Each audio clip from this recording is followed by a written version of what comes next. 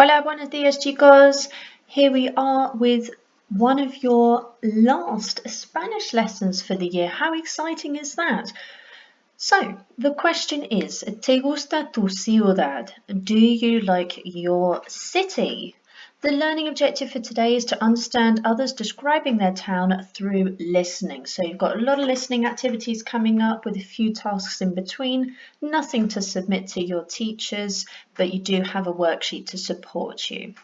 So let's get going, guys. On a piece of paper, can you put the sentences back in the correct order? So, number 1 to 5, you've got loads of words, but they do not make any sense in that order. Voy al ir parque. We want that to say something different, and we want to use our near future structure from last lesson. So, for the next 5 minutes, can you put the sentences back in the correct order? Think about the 1, 2, 3 structure, and your challenge will be to translate the sentences from Spanish to English.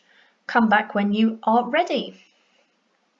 Okay, so hopefully we have these as the following answers. So number 1, voy a ir al parque.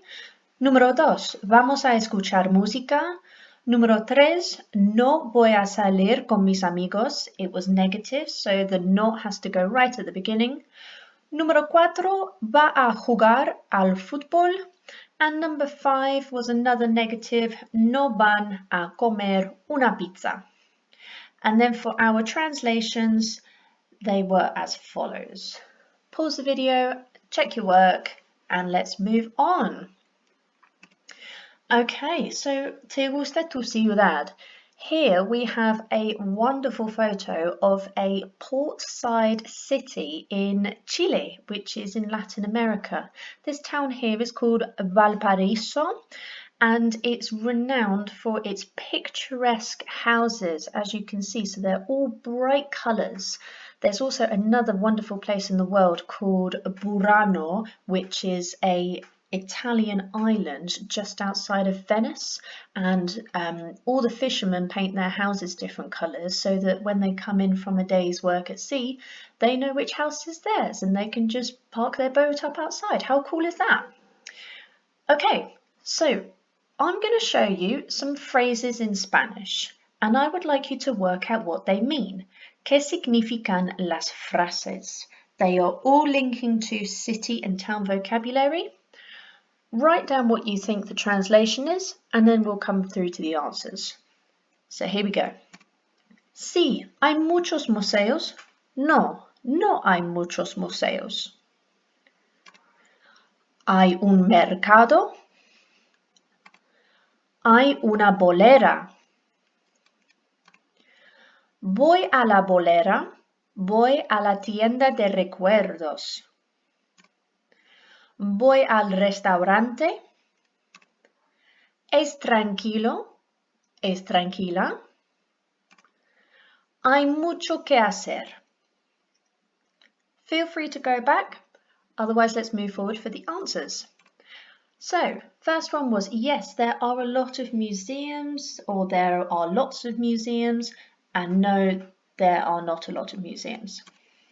There is a market, not a supermarket, that would be supermercado. There is a bowling alley.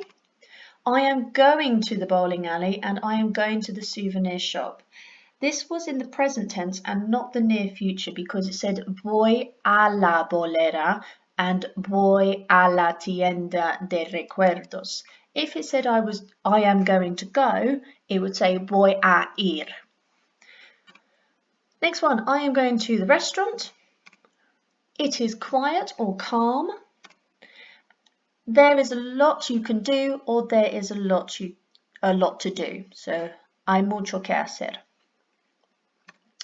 So, the second question on the other slide, if you noticed it, was ¿Cómo se puede decir el negativo? So how can we change those sentences that we saw to make them negative? We can just add no or nunca in front of all of them. No creating a general negative phrase and nunca meaning never. So if you wanted to say there is never a lot to do, it would be nunca hay mucho que hacer. Okay, so we have got a listening, but we've got a few tasks just before we go to it.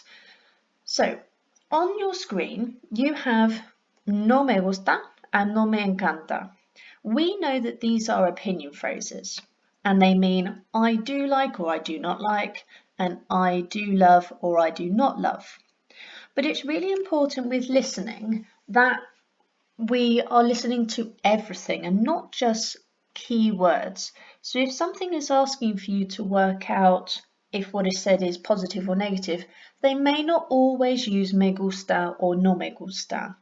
We have to try and listen to the other adjectives and other ways they have said things. So we can have positive adjectives such as divertido, fenomenal. We can have negative adjectives such as horroroso and aburrido. So it's listening to the context as well. So let's have a look now. Pause the video and match up the adjectives on the left-hand side that are in Spanish to their English version on the right-hand side and come back for the answers. Okay, so divertido was fun, or you could have said funny. Aburrido, boring. Interesante, interesting. Exigente, this is demanding, a lovely adjective here. Fenomenal is phenomenal. Ruidoso is noisy. And agradable is pleasant. Some might translate that to be nice, as in el clima es agradable. The weather is nice, it is pleasant. Okay, might be worth you noting these down if you haven't got them, because they will come in handy for one of our listening tasks later. So now we're going to go back to the listening. Before I show you the answers, pause the video, go to the worksheet and follow the instructions for the listening task. Okay, so hopefully you have just completed your listening task, and here are the answers. So the first person was speaking negatively about their town because they said no es interesante.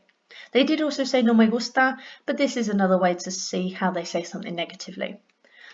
Number 2 was a positive. They said there are a lot of things to do, hay muchas cosas que hacer, and they had a positive adjective, es fenomenal. And the last one, they were positive and negative about it because they used words like me encantan for the positive side of things, and then they contrasted it by using a connective pero, which means but there is not, da da da da da, and later on they said feo, which means ugly. Okay, well done guys. Gracias. And now you have got a pyramid. How quickly can you translate and get to the top of the pyramid? Start at the bottom and work your way up. Porque, pero, y, o. Además, también, en las afueras de la ciudad, ahora. Off you go, come back for the answers. Okay, so porque, because, pero, but, y, and, or. Además, in addition, también, also. If you put down also for además, that's also acceptable. En las afueras de la ciudad, on the outskirts of the city. If you put in the outskirts of the city, that's absolutely fine as well. And ahora means now. Okay, brilliant.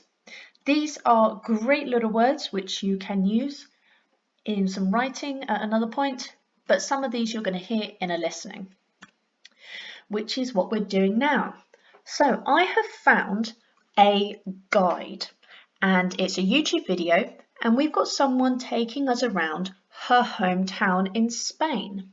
It is quite fast, so you can slow down the speed by clicking on the cog, clicking on the wheel, and then it will produce this menu.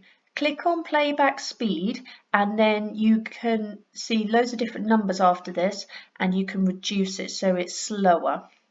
There are subtitles, as you can see, and all of the instructions are on the worksheet. So go there, follow the instructions, and then come back for the answers. Okay, so the task you were asked to do with the YouTube video was to listen out for these sentences and translate them using the context of the the video. You also had the transcript to support you and a little vocab box. So let's see how you did. Y por fin llegamos a mi barrio. And finally we arrive at my neighborhood. Vivo en una urbanización a las afueras de la ciudad. I live in a residential development and urbanization on the outskirts of the city. Es como un pueblo. It is like a town. No hay edificios altos. La mayoría de las casas son bajas. There are not any tall buildings. The majority of the houses are small. Es un barrio muy agradable. We just saw that adjective and we've put it as it is a pleasant neighborhood. F. Me gusta mi barrio porque es muy tranquilo. I like my town because it is very calm or quiet. And the last one, hay poco tráfico y no es nada ruidoso. There is little traffic and it is anything but noisy. Remember that translation is fluid, guys, so it doesn't always mean you have to get this word for word. As long as you have the key message behind it, that's the most important thing. Okay, so you have a final listening task.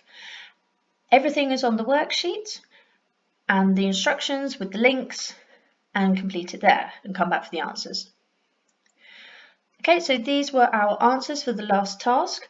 I've taken out bits from the listening to help you. So the reason why it's C for number 1 is because pueblo means town or village and ciudad means city. So if any of you chose the answer with city, that would be incorrect because Nerja in the south of Spain is a town, a village.